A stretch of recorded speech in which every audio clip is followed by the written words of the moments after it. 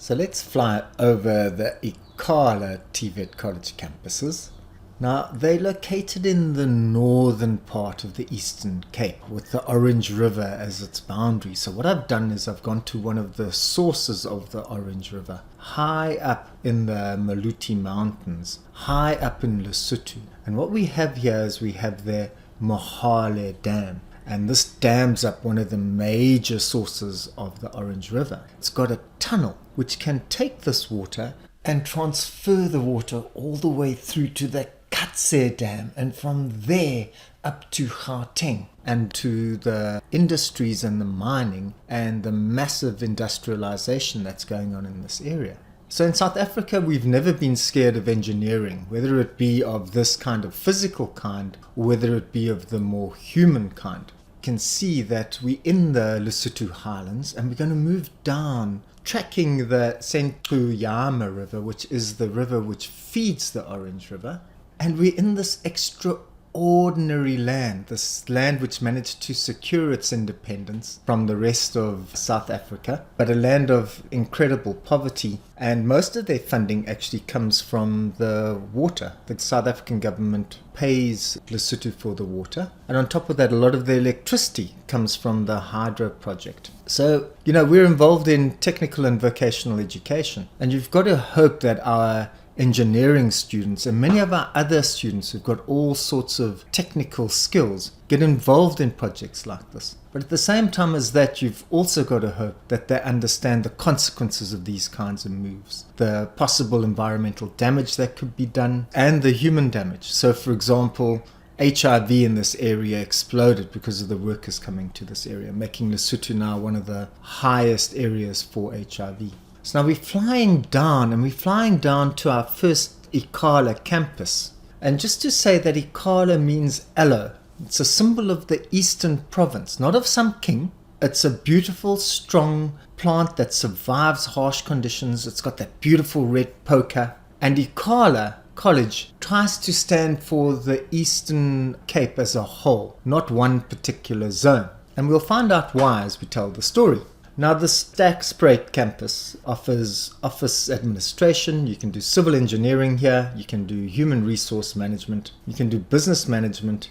And you can do public management. Now, I want to talk about two things in this area. Number one, just to say that it's an incredibly well-run municipality. It's been receiving awards left, right, and center for doing a sterling job, which in the small neck of the woods, far out, caught between the Free State and the Cape and Lesotho, you have this example of municipal excellence. But this area was also a place of massive struggle. And just like we had a situation where we saw the Lesotho Water Highlands project trying to deflect the water which flows all the way through the Orange into the Vaal, all the way from the Cape into Gauteng, so over here we had a situation where for hundreds of years this has been an attempt to push black people into this area so that the white people could actually get the better land and the better farms. So this little Sterkspruit area, Herschel and Lady Grey around here, was all a part of the reserves. When Glenn Grey basically got in charge of parts of South Africa, what would happen is the white farmers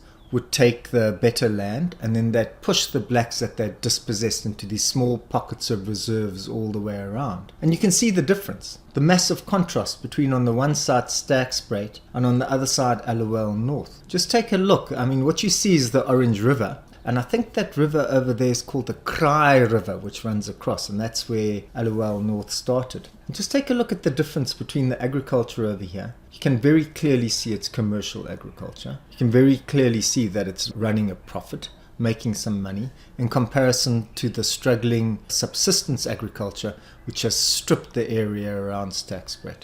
Now, the Allowell North campus offers a couple of programs. You can do office administration, you can do hospitality, tourism, you can do HR, you can do business management, and you can do public management over here. And we're going to kind of fly in now into the actual town of Allowell North. And just to say, we've been working with lots of renaming of places in the Eastern Cape and in lots of the other provinces.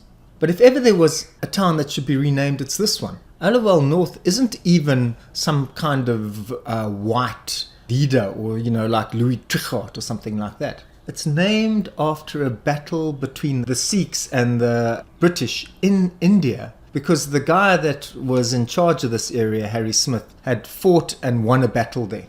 So there's a case for renaming. Now, as we pull out, what I want you to do is I want you to bear in mind that even though this is a classically apartheid town, you can see to your left the township Dukatole, and to say that there's proud resistance from this area. What happened was, in the 1980s, there was an enormous attempt in this whole area to resist the whole apartheid attempts to re-engineer South Africa, because they'd suffered the most. I'm going to try to talk to that as we move along. But a whole bunch of students were shot at Dukatole. Now we're moving into the old Queenstown area. Take a look. You'll see on your left the old Ciskei locations, and on the right, where we're flying into now, the Transkei locations. Now this is an extraordinarily beautiful piece of land. And around 150 years ago, the Tembu and the Xhosa peoples would send their cattle up here, and their cattle would graze. There were lots of bushmen living up here and San. I don't want to paint a picture of tranquility and happiness. It wasn't like that. But this was basically the northern extent where the various Nguni tribes that were moving down were sending their cattle. Now, this Queen Nonesi campus is so named because she's one of the queens of the Tembu people, and it's located next to like a cultural village. So it does quite a lot of tourism kinds of things, and the people who study here can actually stay in that local area. So you can do things over here like office administration, you can do tourism, you can do farm management, which is great, and you can do public management as well, and you can do occupational programs. Now what you can see on the right hand side is you can see and I hope I can say this right, the Konka Dam, and it's been providing water to Queenstown recently because of the massive drought that's been going on there.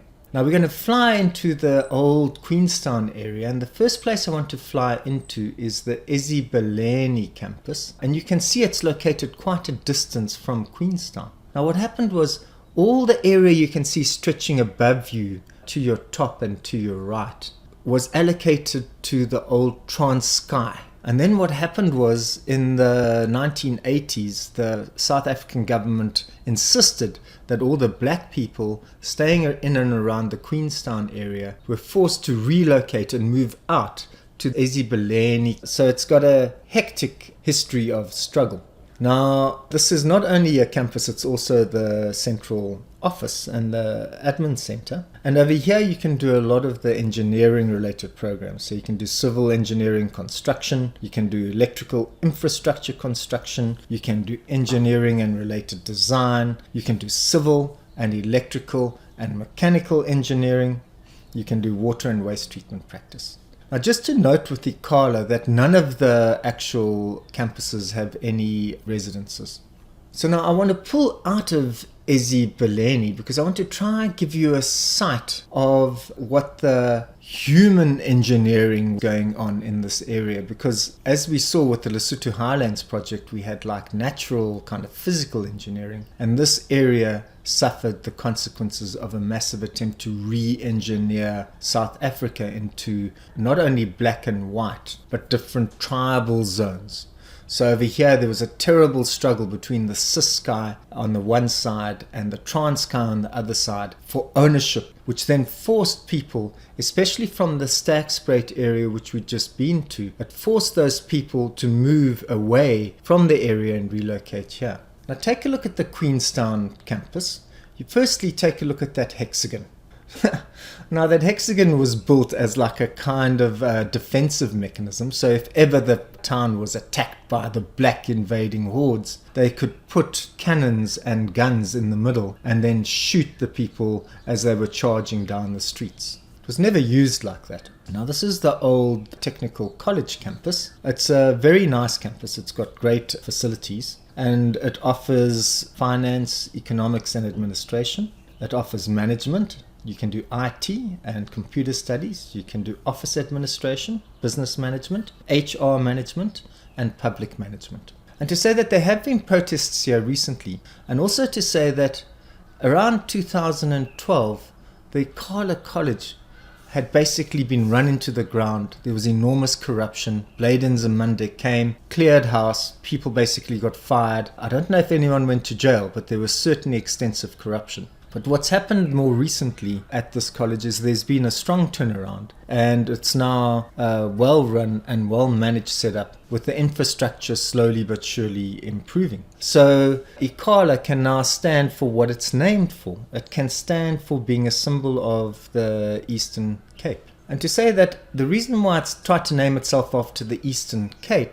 and not after some particular king is because it's this area which has experienced massive vicissitudes, massive struggle of apartheid and earlier to try and turn them into various assorted tribal groupings. And this is the place not of the tribal king, but it's the place which is named after people like Chris Hani, after black consciousness, Joe Gabi. That's the name of the districts in the area, because there's a recognition that what this place has stood for is a fighting against old tribal traditions and apartheid attempts to socially engineer, and instead stand for people standing together rather than apart, even though it's this area which has suffered the worst from the attempt to keep people apart. And that's why I think ikhala as the name for this college is really worthwhile.